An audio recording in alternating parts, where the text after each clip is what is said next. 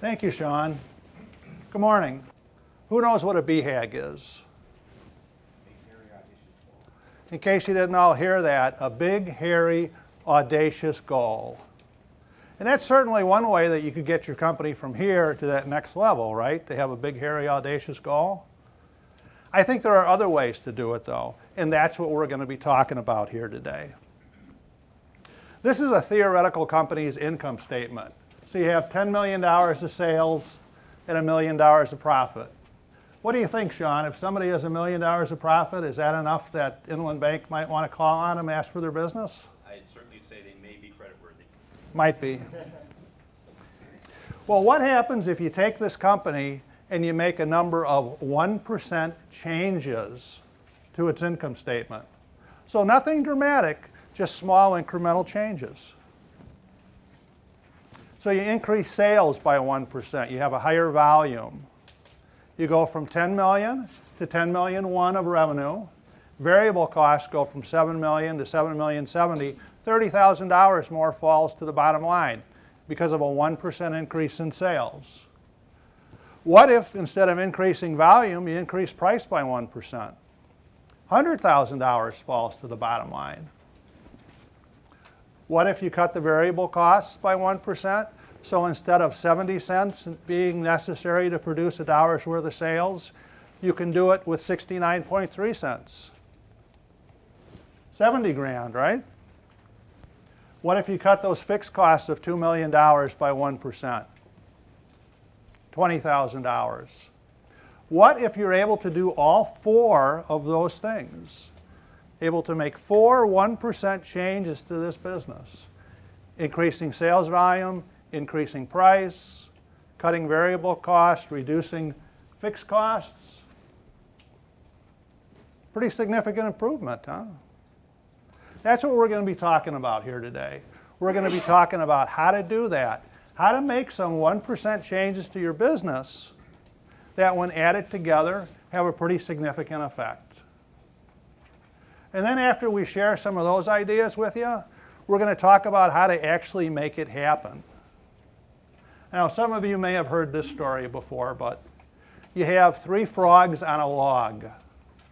2 decide to get off. How many frogs are on the log? 3. Because deciding to do something and actually doing it are 2 very different things. Let me repeat that. Deciding to do something and actually doing it are 2 very different things. So after we share some of these 1% ideas with you, we're going to talk a little bit about how you can go in your company and make sure that these things actually happen so that they go from being a great idea to being a successful result. Sound good? So let's get started. So who is this handsome devil? Anybody see the likeness? It's my 26-year-old son, Dan. And for the last 2 years, Dan's actually been a salesman with Gerald Kia on Orchard Road, just north of I-88 in beautiful North Aurora. And he's been pretty successful at it. Matter of fact, he's been a salesman of the month about half of the time during those 2 years. And he was very happy last year. They sent him off to a fancy hotel in downtown Chicago for a couple days. He was the only person in the company who got to do this. They taught him all about the K900, so he's now qualified to sell that. I don't know if any of you have been watching basketball recently, but the K900 is the $60,000 plus luxury sedan that Kia has come out with. Little inconsistency there, a Kia and a $60,000 luxury sedan, but they got one. LeBron James drives it, at least in the commercial. But anyway, why has Dan been successful as a salesman? Because he's very good at qualifying and at closing.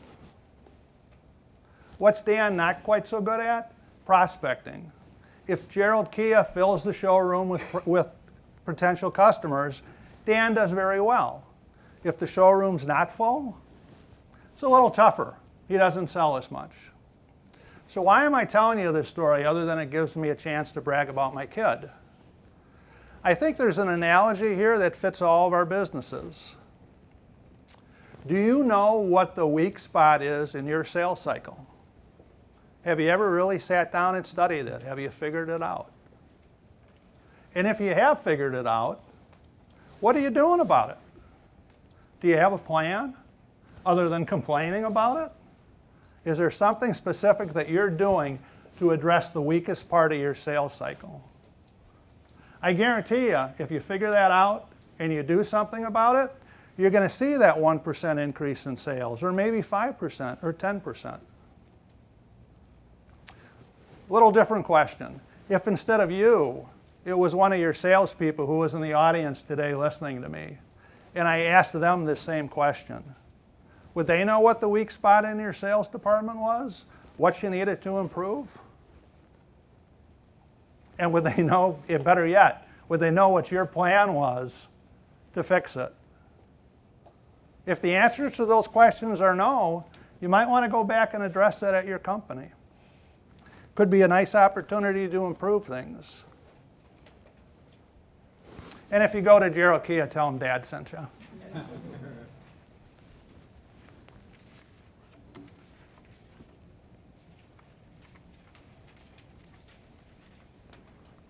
Let's talk about some other ideas to increase sales volume.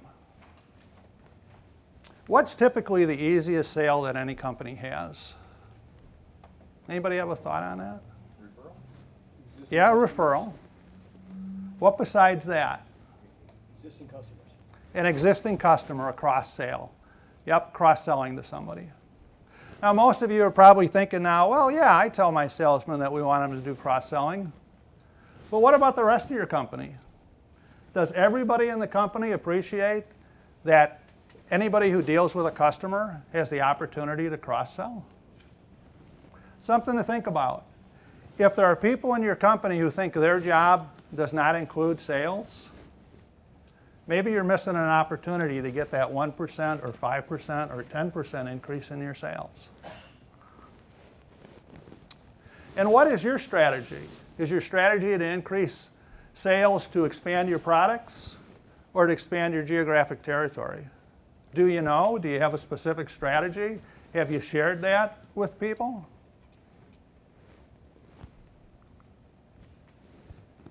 If the strategy is to expand products, are you trying to do it horizontally or are you trying to do it vertically? What do I mean by that? Horizontally, you're adding products. So you have more opportunities for cross-selling. Vertically, you're trying to get deeper in the products that you already have. So maybe you're adding additional colors or sizes, things like that, maybe different packaging. And how do you figure out how to do these kinds of things? You ever done that?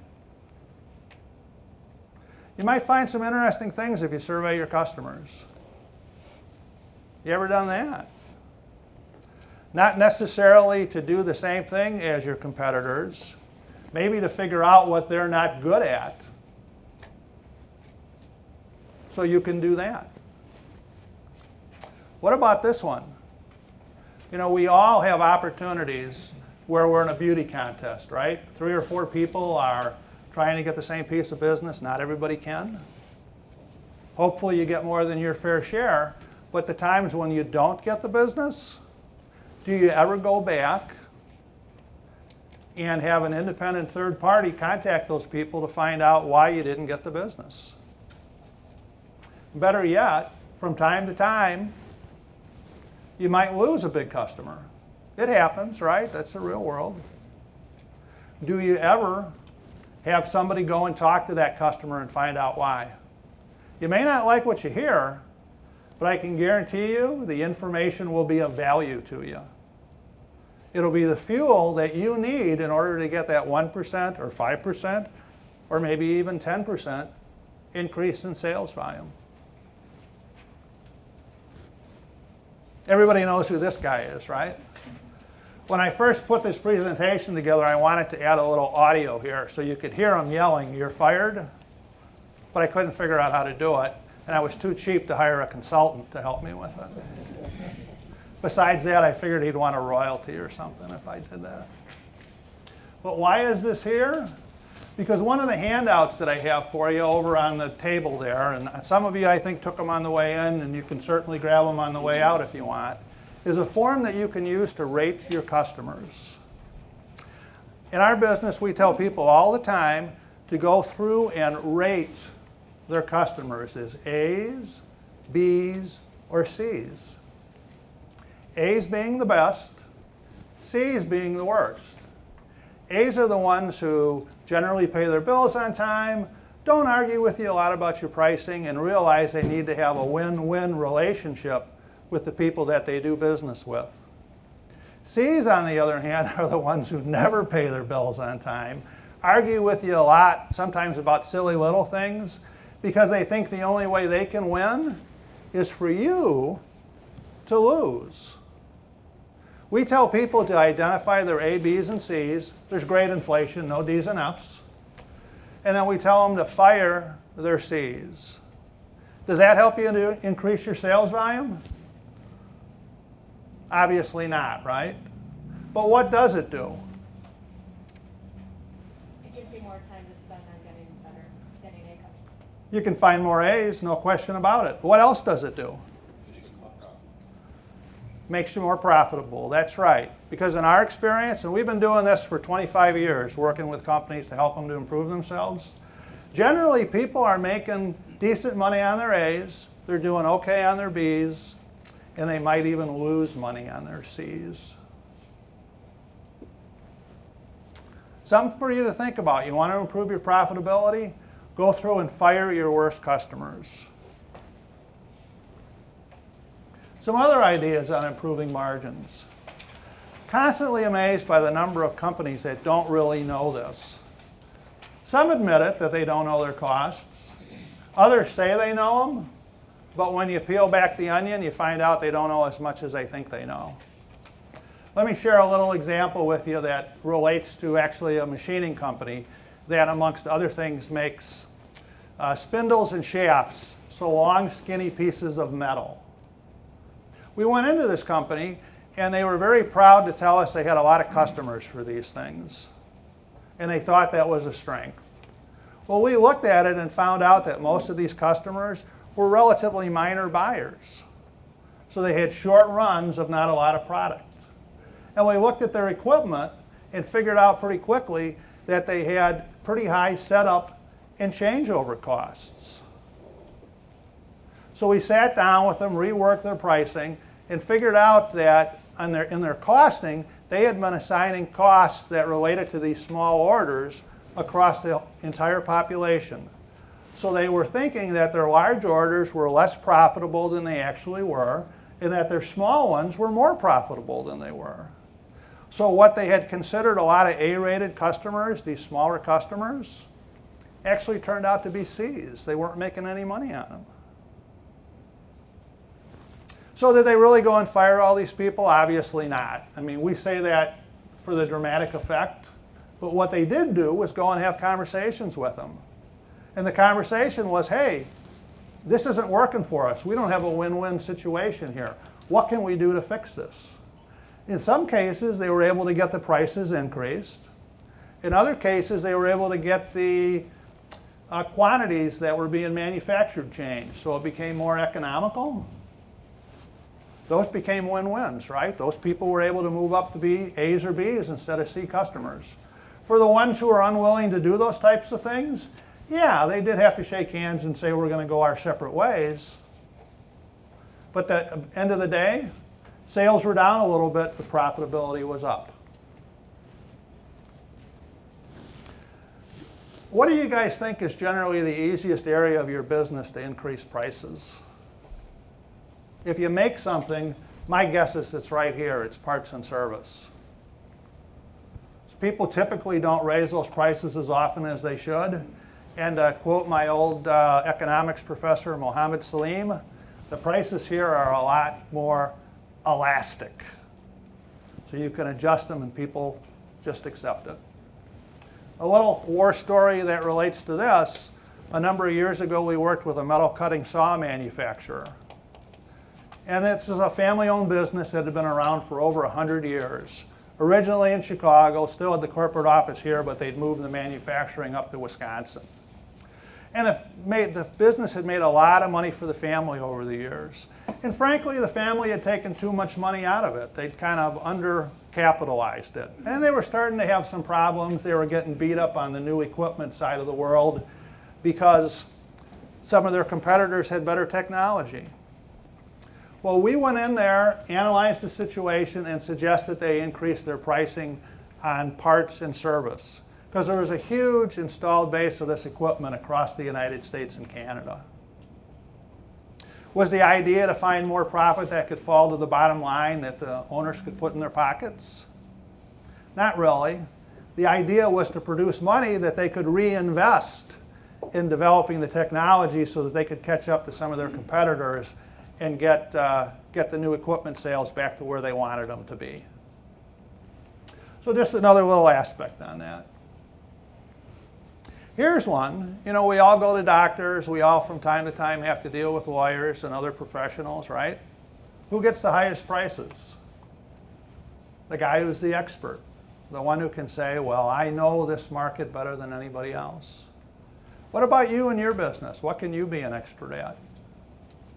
Just to pick one example that's maybe a little different. If you pour concrete, can you become the guy who's thought of as the expert in pouring, say, cold storage facility floors? They're a little bit different, right? There's more of a temperature variation that you have to deal with. Oftentimes there's a lot of piping that goes through the floor. If you become the go-to guy for cold storage floors, do you think you might get a premium for some of that work? You think you might get a better reputation in the market where perhaps people want to deal with you instead of some of your competitors? Something to think about. Boy, this is a good one. We work with a lot of service businesses and a lot of construction businesses that frankly, when things get slow, they take work that they're not going to be very good at. What generally happens when that occurs? What? Rework, extra cost. Problems, right? Problems. Murphy, you know, Murphy comes and sits on their shoulder, right? Murphy, what can go wrong will go wrong. He comes and has a real good visit with them. We tell people, instead of stretching and doing work that you're not good at, go back and look harder at your sales. Be more serious about trying to drum up business. Be more serious about getting stuff that you can be successful at.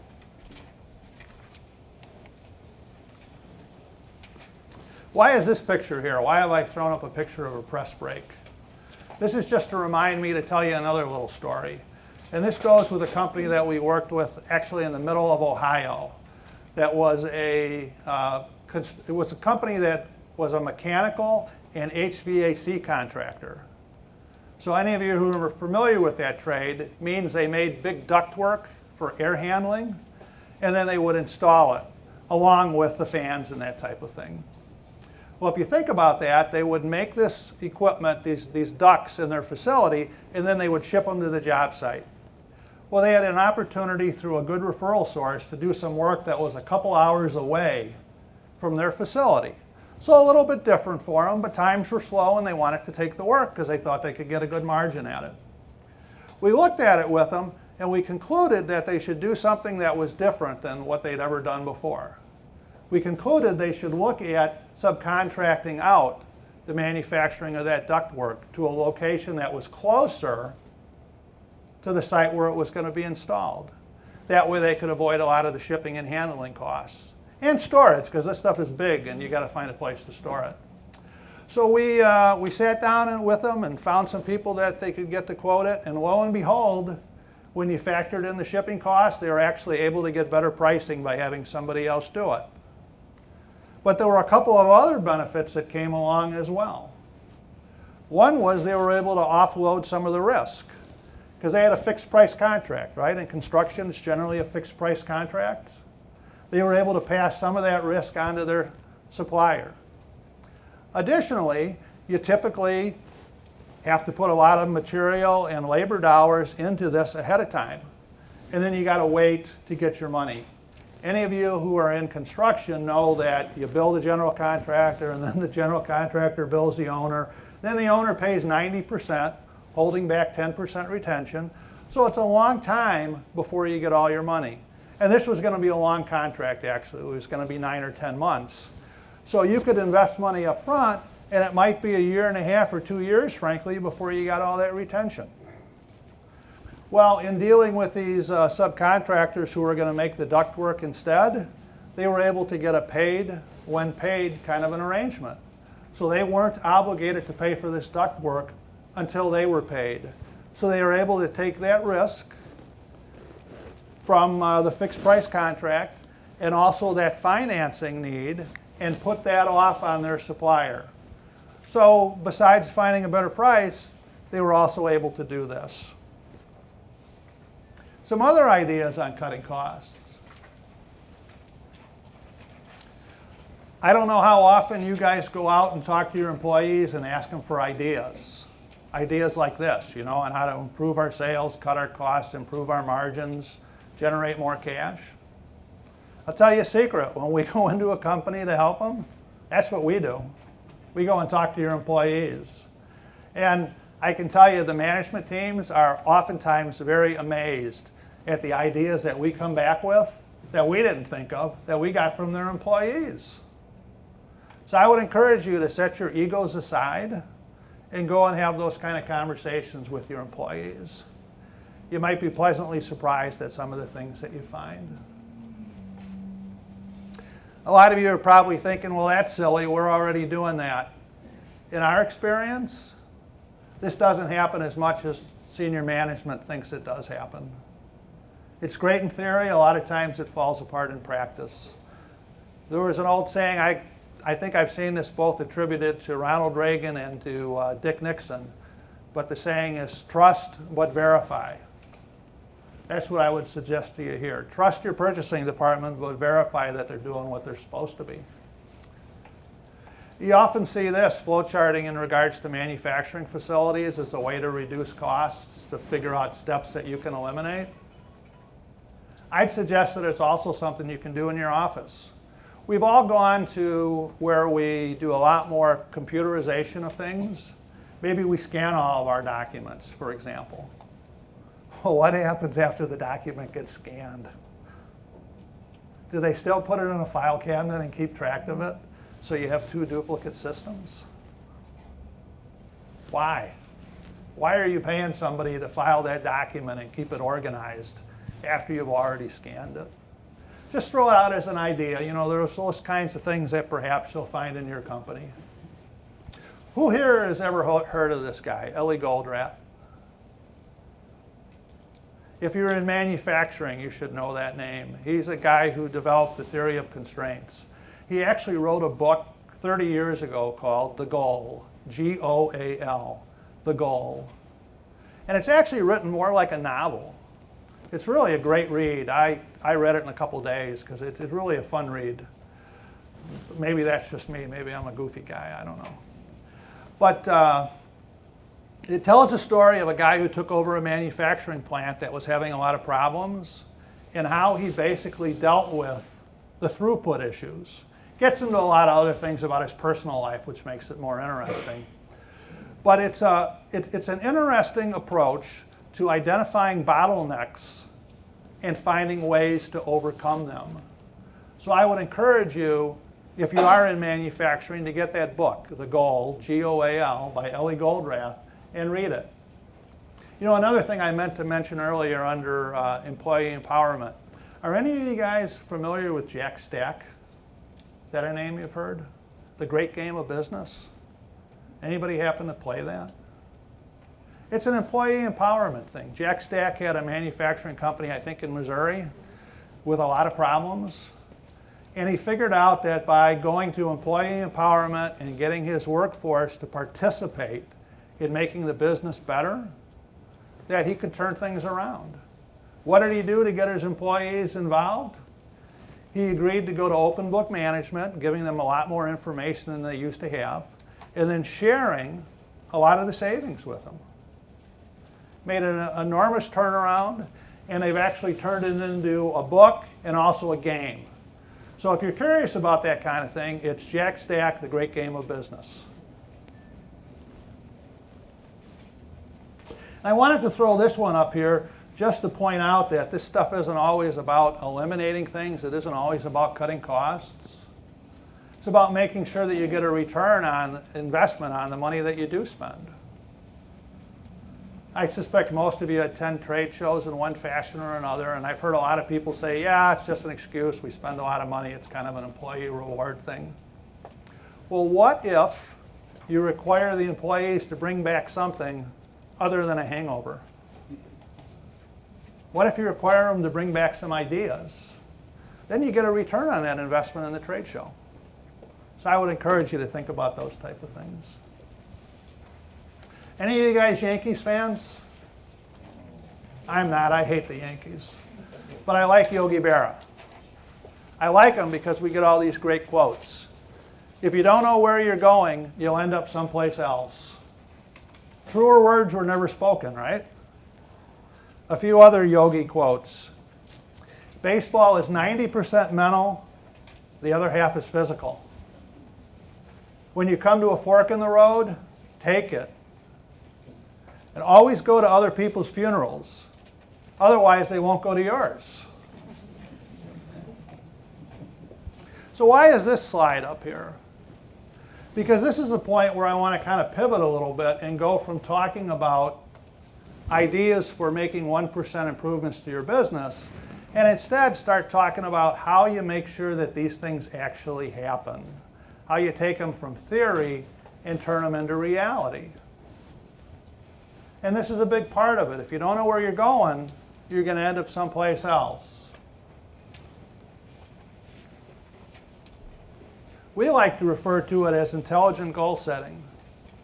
And what does that mean? It means having a plan, setting priorities, committing to them. That way you actually end up having some emotional capital in the situation. You're committed to it. You know, you feel like it's yours. If you talk to baseball players or football players or whatever, a lot of what they tell you is their success came from visualizing. You guys ever heard that? You know, they see the goal that they want and it helps them to achieve it. That's what this is about too. You know, you can come up with all these great ideas to improve your business, but if you don't see it happening, if you don't set out that plan, if you don't visualize it, the crush of day-to-day activities is going to overwhelm you and it may not happen.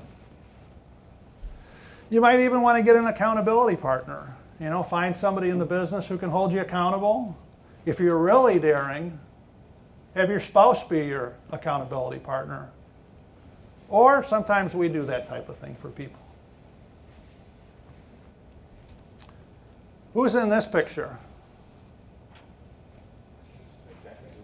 That's right, you're showing how old you are. Jackie Gleason and the Honeymooners, right? So why is this slide up here? Come on, somebody knows. Got to get everybody on the bus. You got to get the right people on the bus. Exactly right, thank you. And it especially matters who's driving the bus, right? Got to get the right people on the bus.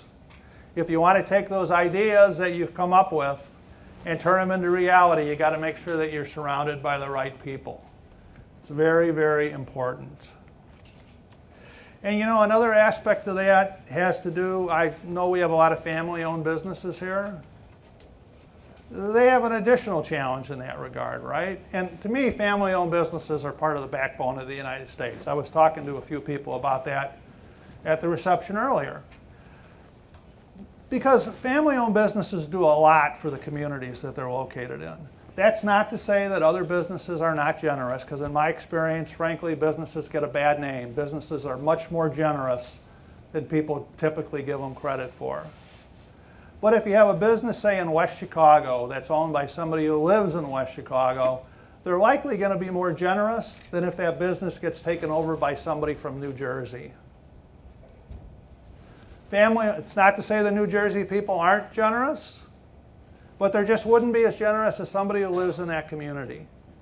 So I think family businesses get kind of a bum's rush sometimes, that they ought to get more credit for the good that they do. But anyway, the other side of it is family businesses oftentimes allow family members to take positions that they're not qualified for, don't hold them to the same standards, and let things slide. We've had the privilege really, of working with a lot of family businesses. I've lost track of the number of over 100-year-old family businesses we've helped. They're great people, they're great companies, but they need to pay more attention sometimes to the way that they manage those family members. One of the other handouts that we have there is just a sheet that you can go through and ask a lot of questions. Things that, depending on how you answer, you may want to go back and do more work on as a way to make your business be more successful, as a way to ensure that those 1% ideas get accomplished. What about this slide?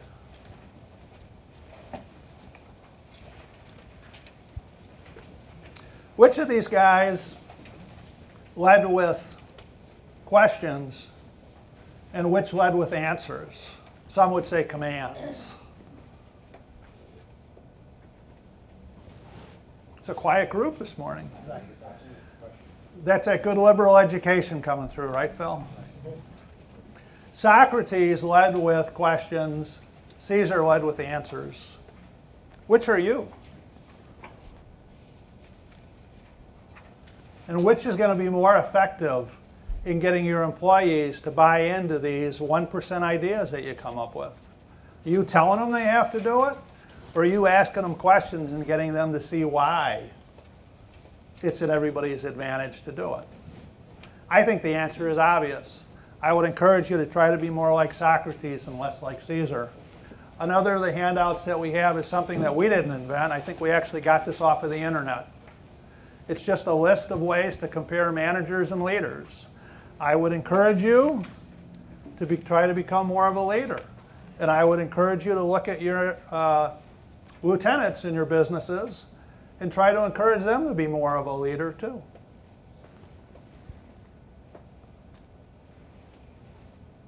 Why is this slide up here? Think about what behaviors you are incentivizing. Actions speak louder than words. Let me go through a little example in that regard. We've been talking about sales some, and obviously commissions go along with sales. When we go into a company, we typically ask, so is everybody in the sales department on commission? And we get an answer something like, yeah, we have commissions. Well, they didn't really answer the question, right? So we ask it again, is everybody in the sales department on commission? And they say, no, we have these exceptions. And maybe some of them make sense. Maybe some of them don't. I would encourage you to look at who's on commission and who's not. And I would tell you that if you can get everybody on commission or more people on commission, I suspect you're going to see that 1%, 5%, 10% increase in sales because you're aligning behaviors with what you want to have happen. You're getting everybody on the same page. Take it to the next step. When do you pay those commissions? Do you pay them on shipments or do you pay them on collections? I would encourage you to think about paying them on collections. Why do I say that? Because then you're aligning incentives with the behaviors that you want. I guarantee you, if you move your commissions from shipments to collections, your sales force is going to find more customers who pay their bills on time. Isn't that interesting how that works? Magic. And what if you go to the next step? And besides paying your commission strictly on sales volume, you also factor in profitability. What happens then? I'm going to suggest that your sales force is going to find more A-rated customers. Align your interests with theirs. I think everybody will be much happier.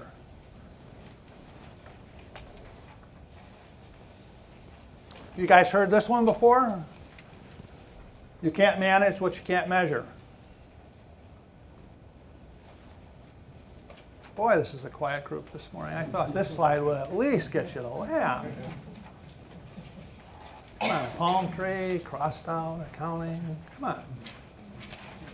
When I got out of college, I worked for a public accounting firm for a while, Coopers & Lybrand. It was a Big 8 international accounting firm.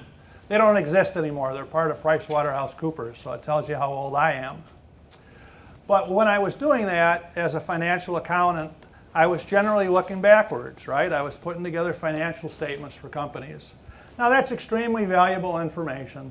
And if any of you are not getting a monthly financial statement in your business that you can trust, I would tell you that you need to fix that.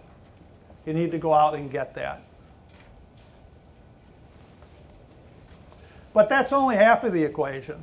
When I left public accounting to go and become the CFO of a client of mine, I learned a lot more about managerial accounting, which is looking forward, which is helping to project what the future is going to be. So that instead of just keeping the score, which is valuable and important, it was also helping people to figure out if you did certain things, what the score was going to be tomorrow and the day after tomorrow. So there's a lot of value in that. And I would encourage you, if you're not getting that done in your company, to make sure that you do. Who here gets a weekly dashboard or a flash report? Oh, geez. Okay, there's a hand at least. I would encourage you guys, if you have a business, that's something that you really want to get. What is it? It's an opportunity to get the same information, a lot of the same information that you get in your financial statements, the critical information, in smaller chunks more often. So you can manage your business a little bit closer. If they tell you each week what sales were for the prior week and what they think sales are going to be for the next couple weeks, you're better off than if you don't get that information for another month. You're closer to it. You can deal with it more. And particularly if you can get forward-looking information in that flash report. So additionally, you can say, okay, what are cash collections going to be 2 weeks from now? Is that going to be enough? Are we going to be able to make that loan payment to Sean, or is he going to come and knock on our door and ask us where it is? You'd never do that, right? Not at all. He's too nice a guy. Any of you ever heard of this before, three-way budgeting? We work with a lot of companies that are in the couple million to, say, $40 million sales range. And typically, if they have a budget, it's an income statement. And there's valuable information there. It's better than not having a budget. But we encourage people to also budget the balance sheet and the cash flow. Why do we do that? Because all this stuff is interrelated. And at the end of the day, cash is king, right? You can have a very successful income statement, but if all the money's getting tied up in receivables and inventory, you can run short on cash. So I would encourage you to do three-way budgeting to get all this information. Why is this slide here? In businesses that aren't huge, a lot of times it's not possible to have all the right inside resources. Go out and get what you need. A little bit of a shameless plug there, I guess. Oh, come on, you guys should at least laugh at this one. I love these guys. What if you've been sitting here listening to me today thinking, well, Jim, you're talking about a lot of ideas to tune up my business, but what I really need is a major overhaul. This is just a way to kind of go about doing that. And we'll only talk about this for a minute, but it's a 7-step formula that we put together over the years for helping you to take a business that has difficulties and get it back on the straight and narrow. It's basically about measuring so that you can manage. The first couple of steps, getting control of the cash, that's doing a 13-week cash flow forecast so you can figure out what's going to happen with your cash in the short run. The next step, determining the break even, is looking a little longer out at what your sales have to be in any particular period of time in order to cover all your costs and break even. If you do those two things, then you know the size of the problem that you're facing. The next steps are how you then manage the problem. I'm not going to talk a lot about this, but if you're interested, there are some articles over there that you can grab and take a look at, and it'll help you to understand it better. And we're always happy to have conversations with people. The first one's always free, and then we see where it goes from there. So what have we talked about here today? We've talked about, obviously, how to reach the next level of success. And we started by discussing some small changes, some 1% improvements that hopefully, some of which will apply to your business, that you can go back and do in your company to get some improvements. And maybe these small improvements, when combined, will have a huge, big impact. Then we talked about how to make sure that it actually happens. You know that story about the 3 frogs on the log. How to take it from deciding to actually doing. And we said a big part of it was to set a plan with well thought out goals. Getting the right people on the bus, especially as the driver. Making sure that you've aligned your incentives with the behaviors that you want. That you've measured your progress. And that you're getting the help where you think you need it. Thank you. Appreciate the opportunity to have talk.